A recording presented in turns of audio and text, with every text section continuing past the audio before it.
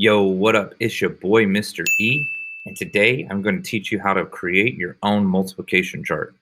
Sometimes multiplication can be a little bit tough, and we as teachers don't expect you to be a human calculator or something.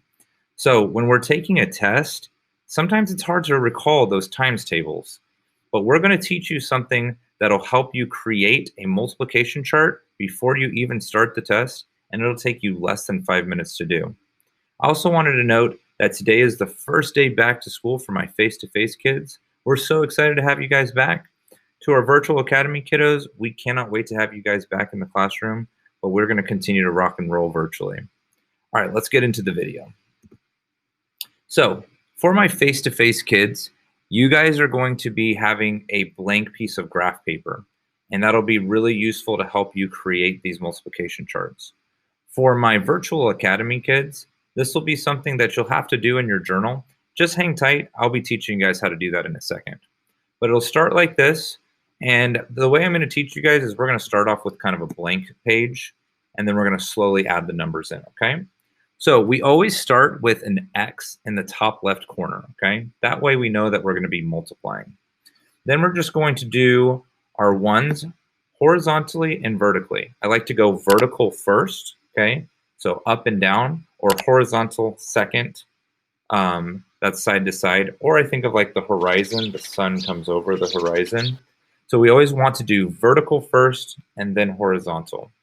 So this is the start of our multiplication chart. Then we're going to get into the factor families that we're going to do. So the first times table we're going to do is the ones. The ones are super easy. Seems a little repetitive because we just did it, but this will actually be super helpful when we start finding equivalent fractions. So we do the ones, it's just counting 1 through 10. Anything multiplied by 1 will be itself. So that's pretty easy to do. The next times tables we'll do is the twos. Those are easy. 2. Stop it. Get some help. You just skip count. 2, 4, 6, 8. All of them are even numbers. This is a pretty easy one to knock out. Again, we're going to go vertical first, then horizontal. The next one we're going to do, we're going to skip over the 3s and the 4s, and we're going to move on to the 5s. And the reason why I like to do the 5s next is because the 5s are super easy as well. They're always going to end in 5 or 0, and it's pretty easy to skip count your 5s. I also have this old Schoolhouse Rock song memorized that helped me get my 5s down easy. 5, 10, 15, 20, 25, 30, 35, 40, 45, 50, 55, 60, 65, 70, 75, 80, 85, 90, 95, 100, ready now, here I come. The next times table we're going to do, we're going to skip across a couple numbers and we're going to move on to the 10s. The 10s are actually a lot like your 1s. You're just going to count up by 1, but you add a 0 at the end of it. And that's just your power of 10 rule. So that's a really easy one to knock out as well. Now this next one might surprise you a little bit, but the next number we're going to do is the 9s. Again, we're going to go vertical first, then horizontal. So there's a pattern I want you guys to notice. If we look at the 1s place, okay, all we're doing in the 1s place for our 9s is just going down by 1. So 9, 8, 7, 6, 5, 4, 3, 2, 1, 0. And then for the 10s place, I could technically put a 0 here and it would not add any value to this number. It'd go 0, 1, 2, 3, 4, 5, 6, 7, 8, and 9. So remember, for the 1s place, it goes down by 1 each number. And for the 10s place, it goes up by 1 for each number.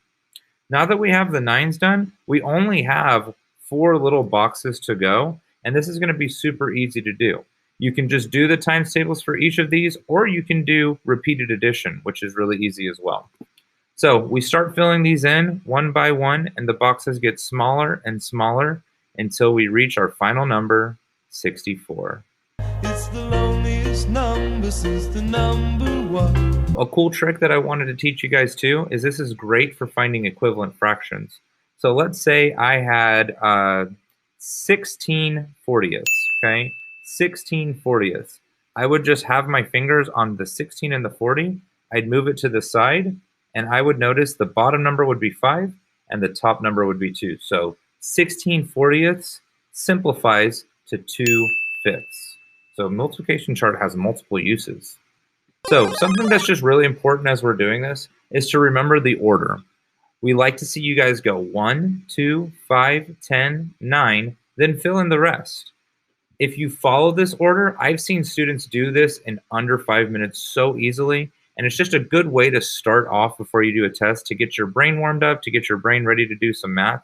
And I also recommend students to do brain dumps on here, where you write down a couple important facts or rules that you learned prior to the test. Like if we were going to take a test over expressions and equations, PEMDAS is something I would definitely write down because that's something that we've been really working hard on, okay? So hopefully this video was really helpful to you. We can't wait to see you guys practice these multiplication charts. My challenge is to you is to try to do a couple on your own and time yourself and see what's the fastest time you can get. I think that if we tried it here, we could get times that would be under 3 or 2 minutes.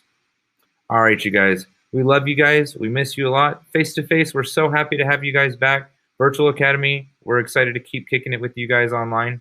And we'll see you guys later. Bye.